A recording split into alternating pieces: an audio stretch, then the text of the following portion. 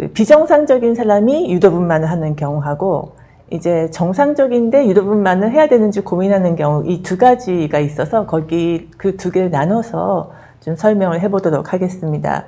일단 먼저 임신 기간에 대한 구분부터 먼저 말씀드려 볼게요.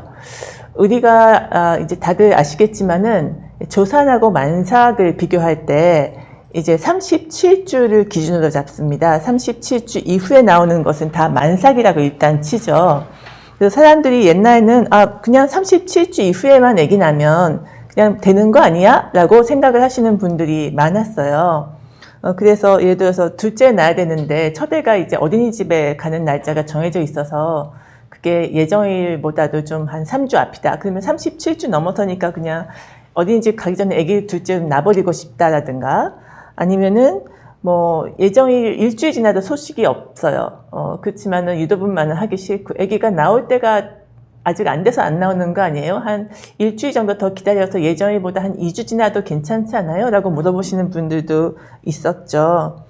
근데 이제 최근에 이제 어떤 컨센서스는 이제 만기 만삭이라고 해서 39주부터 40주 6일, 그러니까 41주가 되기 전에 이때 나오는 것이 아기한테는 골든 타임이다. 신생아가 최고의 컨디션을 이제 보일 때라고 되어 있어서 가능하면 이때 맞춰서 아기 낳는 것을 권합니다. 그리고 여기에 이제 후기 조산이라는 말이 있는데요. 이게 34주부터 36주 6일까지입니다.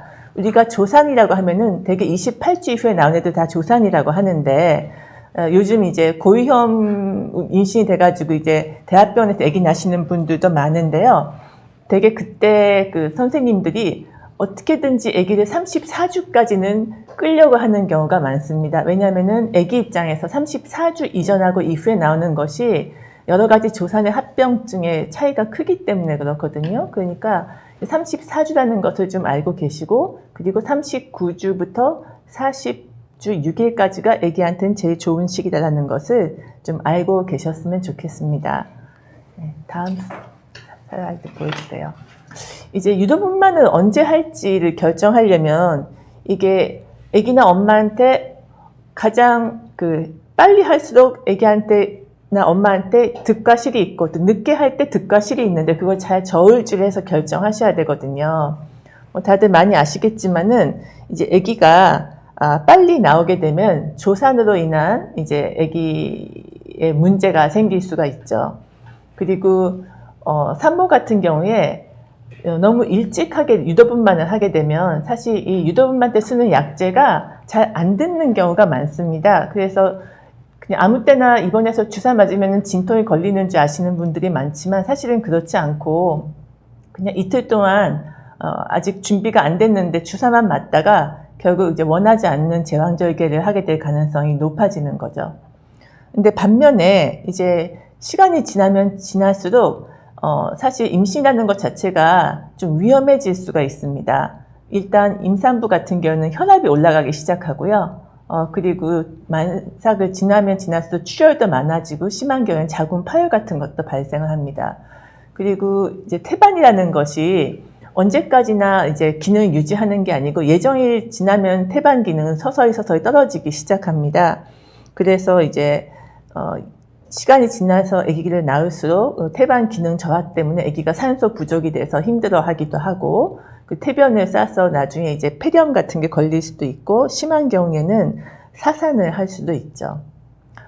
아까 34주 말씀을 드렸는데 이제 34주 이전에 아기를 낳으면은 이제 뇌실에 출혈이 생기거나 아니면은 뇌 조직이 손상을 받거나 해서 아기가 경기를 기고 뇌선마비 같은 게 될 수 있어서 사실 조산이라는 게 생각보다 굉장히 무서운 겁니다. 그리고 이제 미숙아 같은 경우는 망막에 문제가 생겨서 시력에 영향을 받을 수도 있고 면역력이 떨어져서 이제 폐혈증이나 이제 대사성 장염 같은 여러 가지 이제 잔병 치료를 하게 되는 경우가 많은데 그런 것들은 대부분이 다 34주 이전에 조산하에서 일어나거든요. 태아가 가장 성숙이 늦게 되는 게 폐인데 이제 폐호흡을 완전히 하려면은 36주가 지나야 되는데 34주, 36주 사이는 아기의 폐 미성숙만 치료를 해주면은 이제 다른 질환은 없다. 그래서 호흡을 못했을 때 뭐 스테로이드를 쓰거나 폐성숙 주사를 쓰거나 뭐 꼭 필요한 경우에는 인공호흡기만 써주면 되니까 대학병원 같은 데서 이제 신생아 중환자실 있는 곳에서는 34주 이후에 분만하는 경우가 많죠. 그래서 이런 것을 봤을 때 예를 들어서 엄마가 35주인데 갑자기 임신 중도증이 확 심해졌다. 그런 게 있을 수 있잖아요. 그러면은 시간이 지날수록 엄마는 급격하게 나빠질 겁니다. 근데 아기는 조산의 위험이 있지만 35주면은 과연 아기는 괜찮은가? 뭐 34주가 지났으니까 여차하면 신생아 중환자실에 보면 되겠죠. 그럴 때는 아기의 위험보다는 엄마 위험이 훨씬 크기 때문에 분만을 이제 해야 되는 그런 케이스가 되는 겁니다. 그래서 이 표가 이제 임신 중에 엄마의 혈압인데요. 이제 맨 밑에 빨간 핑크 이완기의 혈압을 보시면 36주부터 산모의 혈압이 쭉 올라가는 것을 볼 수가 있어요. 그래서 임신 막달이 되면은 뭐 평균적인 산모의 혈압은 계속 증가를 하고 그거에 따라서 여러 가지 이제 문제가 생길 수 있다는 표입니다. 그래서 이제 조기 출산이 필요한 경우 주로 유도분만일 수도 있고 제왕절개 될 수 있는데 크게 4가지로 나눌 수가 있어요. 이게 산모 요인, 태아 요인, 그리고 상과적인 요인, 그 다음에 태아 및 자궁의 요인 이렇게 나눌 수가 있습니다. 이제 산모의 요인으로서 가장 흔하고 사람들이 많이 걱정하고 또 많이 아는 게 임신성 고혈압하고 당뇨일 거예요. 김병희 선생님은 임신성 고혈압하고 당뇨 어느 쪽이 더 위험한 것 같으세요? 당연히 임신성 고혈압이 위험하죠. 네. 되게 산부인과 선생님은 다 그렇게 말씀을 하실 텐데 좀 이제 무섭다라고 생각하시는 게 임신성 고혈압입니다. 이거는 이제 갑자기 진행이 될 수도 있지만은 뭐 임신 중독증 같은 게 생기면은 엄마가 정말 사망할 수도 있고 그리고 아기도 상당히 위험해질 수가 있기 때문이고요. 그리고 임신성 당뇨는 요즘 이제 노산이 많으니까 많이 있지만은 뭐 인슐린 같은 것도 있고 그래서 엄마가 식생활이나 운동 같은 거 하면 어느 정도는 조절이 됩니다. 그래서 되게 이제 임신하기 전부터 고혈압이 있던 사람은 되게 이제 예정일을 넘기지 않고 아기를 낳아야 되고 임신이 하면서 생긴 고혈압 같은 경우에는 대개 38주를 넘기지 않습니다. 그리고 혹시 그 전이라도 이제 단백뇨까지 나오기 시작하고 막 몸이 붓기 시작하면서 혈압이 오르는 임신 중독증, 전자간증이나 자간증 같은 경우에는 뭐 빠르게는 34주째, 아무리 늦어도 38주를 넘기지 않고 아기를 낳아야 됩니다. 거기에 비해서 당뇨는 조금 괜찮은데요. 이제 그냥 식이생활하고 운동만 가지고 조절이 되고 아기가 뭐 그렇게 크지 않고 잘 크고 있는 경우에는 이제 41주인 골든타임까지 지켜봤다가 이제 아기를 낳는 것도 허용이 되고요. 반면에 이제 뭐 임신 전부터 당뇨가 있었다든가 아니면 뭐 인슐린을 써야 되는 당뇨 같은 경우에는 대개 40주 이제 임신 예정일을 넘기지 않고 아기를 낳는 것을 권합니다. 이제 임신성 고혈압인 경우가 아기가 조산인 경우가 많은데 이제 혈압이 높으면 자궁 안의 환경이 굉장히 열약해져요. 그래서 아기는 굉장히 힘든 환경에서 지내기 때문에 몸무게도 못 늘고 작게 태어나는 경우가 많지만은 의외로 아기가 똘똘합니다. 그런데 반면에 임신성 당뇨 같은 경우에는 뱃속에서 막 고혈당 애들이 노출되는 경우가 많으니까 아기가 허우대는 큰데 주스에 비해서 큰 경우가 많은데 약한 아기들이 생각보다 많아요. 그래서 웬만하면은 이제 주스를 채워서 낳으려고 하는 경향이 많습니다. 네, 다음. 그 조기 출산 필요한 경우에 태아의 요인을 보면은 이제 많이 들어보셨을 텐데 양수가 적은 경우, 아니면은 아기가 작은 경우, 아니면은 뭐 다트 임신 같은 경우가 있겠죠. 양수가 좀 적어요. 뭐 물 많이 드세요. 이런 이야기 외래에서 많이 들으실 텐데 사실 이제 막달이 될수록 양수양은 조금씩은 줍니다. 그래서 뭐 39주가 지나면은 꽤 경계선까지 줄어드는 경우가 있는데, 그게 어떤 경우에는 이제 출산이 임박했다는 사인일 수도 있어서 아기만 뭐 잘 있으면 크게 걱정 안 하지만 정말 갑자기 양수가 아주 많이 적어지는 경우, 예를 들어서 초음파를 봤는데 가장 깊은 그 양수의 포켓의 깊이가 2cm 이하다. 이럴 때는 사실을 아기를 낳아야 되는 경우가 되고요. 양수 과소증이 있을 때는 38주를 넘기지는 않습니다. 대개 36주에서 38주 사이에 아기를 낳으면 되고, 그 반대로 양수가 많은 경우가 있죠. 양수 과다증이라고 하는데, 양수가 좀 많은 것은 사실 그렇게 위험하지는 않습니다. 특별한 원인이 없고 좀 이렇게 약간 마일드하게 양수가 많은 사람 같은 경우에는 그냥 41주까지 지켜봐도 됩니다. 이제 그 외래에서 보다 보면은 아기가 좀 작아요. 그래서 엄마가 굉장히 걱정하시는 경우가 많은데, 저체중아라고 하죠. 그것을 되게 이제 그 표준 편차에서 퍼센테이지로 다시 따지는데, 이제 전체에서 이제 가장 작은 10% 이하가 되면 저체중아라고 하죠. 그리고 3% 이하가 되면은 이제 극소 저체중아가 됩니다.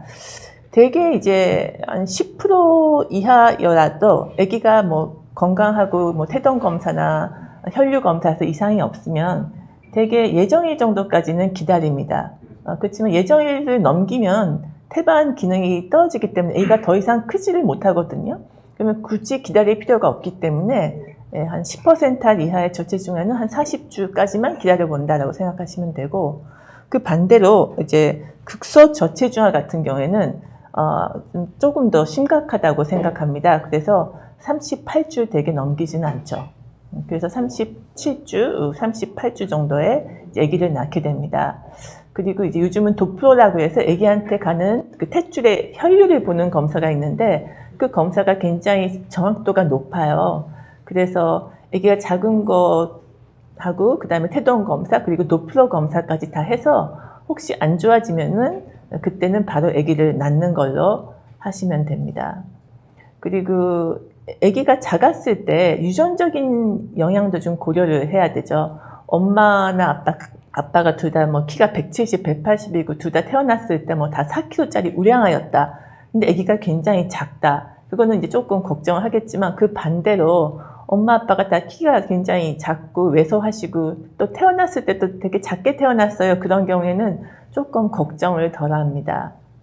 그리고 이제 초음파를 봤을 때 아기가 이제 머리, 허리, 다리가 다 아담한 경우가 있는데, 그런 경우에 비해서 아기가 키도 크고 머리도 큰데 배가 자꾸 말라가는 경우가 태반 기능이 안 좋은 경우가 더 많기 때문에 그럴 때는 조금 더 심각하다고 생각하고 자세하게 보기도 하죠. 그 다음에 마지막 태아 요인의 세 번째가 다태 임신입니다. 요즘은 시험관 아기 같은 것 때문에 이제 일란성이 굉장히 많죠. 일란성은 이제 우연히 생기는 건데, 다들 아시겠지만은 일란성하고 일란성은 그 위험도 면에서 굉장히 차이가 납니다. 일란성이 압도적으로 더 위험해요. 그래서 옛날에는 쌍둥이 하면 무조건 빨리 나시는 걸로 알고 있으신 분도 있겠지만은, 요즘은 이제 일란성 아기 같은 경우에는 대개는 38주까지는 버팁니다. 그리고 조금 더 괜찮은 경우에는 한 39주 직전까지도 기다렸다가 아기를 낳는 경우가 많죠. 거기에 비해서 일란성 쌍둥이 같은 경우에는 대개는 38주 이전에 낳죠. 일반적으로 36주 정도에 낳는 경우가 많고, 일란성 중에서도 그 양막이 나눠져 있는 경우는 그나마 조금 괜찮은데, 양막이 하나가 합쳐 있어서 그 한 주머니 안에 아기가 둘 다 있는 경우에는 굉장히 위험합니다. 그래서 이런 경우에는 34주 전에 아기를 낳는 걸로 되어 있고요. 그 이후에 아기를 낳게 되면은 사산할 가능성이 높은 걸로 되어 있습니다. 이제 상과적인 요인은 조기 양마파스하고 윤모막염이라는 게 있죠. 이제 양수가 터져서 병원에 가는 경우가 꽤 많은데, 예를 들어서 내가 30주인데 갑자기 양수가 샌다. 굉장히 걱정되죠. 그러면 아기를 바로 낳을까요? 대개는 그렇게 안 하고 버팁니다. 언제까지? 한 34주까지. 예. 그런데 이제 혹시 그전에라도 뭐 염증 반응이 생기거나 그러면 어쩔 수 없이 나시겠지만은 웬만하면은 버틴다. 그리고 34주에서 그럼 36주 6일까지의 양수가 터졌을 때는 어떻게 해야 되냐? 그때는 뭐 맥시멈 한 일주일까지 항생제 쓰면서 버티기도 하고 하지만 애기의 폐성숙 주사도 놓고 항생제도 놓고 뭐 그렇게 하면은 사실은 애기를 낳아도 크게 문제는 없기 때문에 케이스 바이 케이스라고 하시면 됩니다. 이제 윤모막염이라는 게 있죠. 이거는 이제 태반하고 양수에 염증이 생겨서 산모가 막 열이 나기 시작하고 하는 건데 이거는 굉장히 응급 상황입니다. 아기는 원래 무균실에 있어야 되는 건데 거기에 어떤 요인으로 이제 밑으로 질을 통해서 들어갈 수도 있고 피를 통해서 감염이 될 수도 있는데 그렇게 해서 이제 그 감염이 되기 시작하면은 이제 양수가 고름이 되는 거죠. 그러면은 이것을 제거하지 않으면은 근원적인 치료가 안 되고 아기도 뭐 폐혈증이 걸리면 엄마도 아기도 굉장히 위험해질 수가 있어서 대개는 윤모막염이 의심되는 경우에는 바로 많은 경우에 제왕절개로 응급수술로 아기를 꺼내게 됩니다. 그리고 조기 출산이 필요한 경우에 자궁하고 태반 요인이 있는데 이거는 대부분은 유도분만이 아니고 이제 제왕절개를 하게 됩니다. 전치태반 이제 아시겠죠? 이제 태반이 입구를 막고 있어서 아기가 밑으로 절대로 나오지 못하는 경우인데 이런 경우에 혹시 진통이 시작하면 태반이 찢어지면서 엄청난 양의 피가 나옵니다. 그래서 진통이 시작되기 전에 아기를 꺼내는 것이 굉장히 중요해지기 때문에 대개는 이제 38주 이전에 전치태반은 수술을 하고요. 혹시 전치태반인데 피가 질질질질 난다. 그런 경우에는 34주 이후에는 무조건 수술을 하는 걸로 되어 있습니다. 그 외에 이제 태반이 이제 자궁살로 파고드는 유착태반, 가미태반, 침투태반이 의심됐을 때도 제왕절개 해야 되고요. 이제 둘째나 셋째인데 그 전에 제왕절개 했었다. 그러면은 이제 진통하다가 자궁이 이제 파열되는 경우가 있을 수 있기 때문에 현재는 대부분의 경우 이제 제왕절개를 하고 이것도 마찬가지로 이제 진통이 걸리기 전에 해야 되니까 대개 38주 언저리 39주가 되기 전에 제왕절개를 합니다. 자궁 근종 절제술을 했을 때 모든 사람이 제왕절개 해야 되는 건 아니지만 자궁 근육층을 많이 이제 파서 떼어냈을 때는 파열이 일어날 수 있기 때문에 제왕절개가 필요하다고 하죠. 그때도 대개는 이제 진통이 걸리기 전인 38주, 39주 사이에 아기를 낳아야 됩니다. 이제 그러면은 지금까지는 다 좀 조기 분만을 해야 되는 상과적으로 뭔가 합병증이 있는 케이스에 대해서 말씀을 드렸었는데요. 그럼 나는 초산인데 아무런 합병증도 없고 39주까지 잘 지내왔다. 그러면은 이제부터는 아기가 태어나는데 골든타임이라고 하는데 아기를 진통이 걸릴 때까지 계속 기다려야 되는지 아니면 유도분만을 해야 되는지 이제 좀 생각을 하게 되죠. 예전에 1990년대 후반이나 2000년대 초반만 해도 37주만 지나면 아기 낳아도 괜찮다는 그런 생각이 많았어요. 그래서 실제 아기를 빨리 낳기도 하고 유도분만 날짜를 잡기도 했는데 둘째 같은 경우에는 근데 이제 2009년 8월에 어떤 논문이 나왔는데 이제 39주 전에 나온 아기하고 39주 지나서 골든타임에 나온 아기하고 비교를 해보니까 장기적으로 봤더니 한 아기가 10살 돼서 비교해보니까 39주 지나서 나온 아기들이 뭐 사회성이나 학습 능력이나 여러 가지 면에서 더 우월하다. 그런 논문이 나왔어요. 그래서 그 이후 2010년대부터는 산부인과 선생님들이 39주 전에 너무 일찍 아기 낳는 것을 많이 좀 지양을 하게 됩니다. 그래서 이제 2010년대, 2009년부터 2019년까지 10년 동안은 이제 아기는 그냥 39주부터 41주까지 유도분만을 웬만하면 안 하고 그냥 자연진통 걸릴 때까지 기다렸다가 41주까지 아기가 안 나오면 유도분만을 하자라는 것이 이제 초산모의 일반적인 이제 컨센서스였거든요. 근데 이제 2019년 9월에 또 새로운 논문이 발표가 됩니다. 이게 예를 들어 39주부터 41주까지 기다렸는데 진통이 안 걸릴 수도 있잖아요. 그리고 예정일이 지나면 지날수록 아기 상태는 나빠지는데 그렇게 마냥 기다려서 결국 이제 아기를 낳는 그룹하고 그 39주에 그냥 유도분만을 한 초산모하고를 한 6,000명 정도의 케이스를 3년에 걸쳐서 이제 비교를 해봤어요. 그랬더니 우리의 예상과 달리 39주에 유도분만한 산모가 계속 41주까지 결국 관찰하다가 자연분만이든 제왕절개를 한 산모에 비해서 신생아는 오히려 컨디션이 더 좋거나 거의 똑같고, 그리고 제왕절개율은 오히려 낮고, 그리고 산모가 발생하는 이제 임신성 고혈압이나 그런 임신 중독증, 자간전증 같은 발생률이 낮았다는 그런 아주 유니크한 논문이 발표가 돼서 상당히 많은 산부인과 선생님이 좀 놀랐습니다. 그래서 이제 2019년 7월 이후에 좀 그 최신 지견을 갖고 있는 선생님들은 이제 초산인 임산부한테 39주가 돼서 이제 아기 낳아도 괜찮으니까 원하면 유도분만 하셔도 돼요 라고 이제 이야기를 하실 수가 있어요.